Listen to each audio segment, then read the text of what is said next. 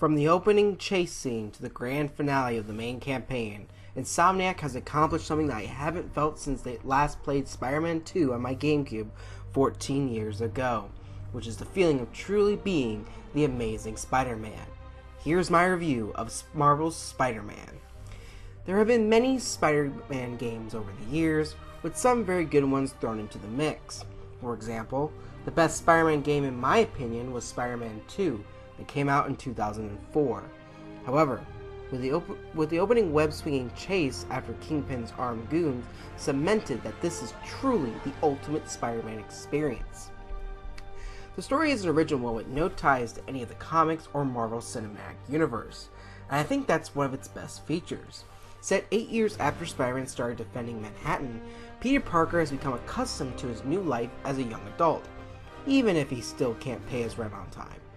After taking down mob boss William Frisk, aka Kingpin, New York becomes a battleground as demon thugs led by Mr. Negative battle Norman Osborn and Silver Sable's armed militia. Peter and his gang of friends, which include Mary Jane Watson, who is now a reporter for the Daily Bugle, and Miles Morales, try to help Peter figure out what Mr. Negative has planned for Mayor Osborn and New York City.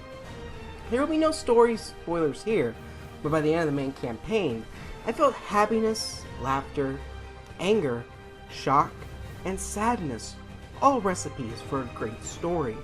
My only gripe with the main campaign is the shortness of it. I wanted to keep playing and learning more. I beat the main campaign within 12 hours, but that does not include all the collectibles or side missions. I'm being greedy, but I wanted more from the characters, especially the villains who seem to be shooed in there. One of the many things I was shocked by is that I actually enjoyed playing Peter Parker and seeing how he interacts with the people around him. His relationship, especially with Mary Jane, is probably one of the best relationships portrayed in video games to date, and really represents accurate relationships in the modern era. There's a slight mentor storyline that's subtle, but by the end it all comes together. But again, no spoilers. The gameplay is probably the most important thing when it comes to Spider-Man games. If the web slinging is not perfect, it will be noticed. Insomniac took the roadblock head on, and they mastered the art of web slinging. I will say it does take some bit of getting used to, but by the end of the game, I was a master swinging up and down Chinatown, while the music score swells like an Avengers movie.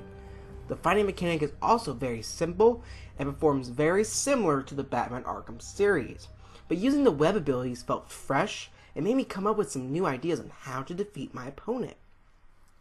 There are skill points that you can spend to learn more moves for your combat, defense, and just web slinging, which are nice. The amount of collectibles that you can find across New York City is a crazy amount. You have Black Cat's photography, Taskmaster's trials, and finding 55 backpacks that can hold memories of the 8 years you have been Spider-Man, which I found to be very nice to see things come across over those span of years.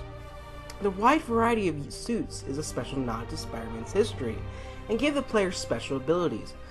Unfortunately, while there are fun cosmetic changes, it isn't really needed to change suits, as I mostly stuck with the original suit and got through the main campaign fine. Graphically, the game is gorgeous. I played on a regular PS4 and I was blown away by the graphics. I didn't see any frame rate drops while playing my game, even though when trying to leave Manhattan, I did fall through the world, but it never broke my game. Overall, Insomniac Games did an amazing job with the Spider-Man property, keeping true to its roots but adding additional layers to the character and his world. This game is my game of the year so far, and it deserves that title as well as its 9 out of 10 score. I cannot wait for the sequel that this game deserves. If you like what you see here and you want to see more, click on the subscribe button and enter into the subscriber giveaway. Now, if you don't mind me, I'm going to go back and play Spider-Man. Catch you later, guys.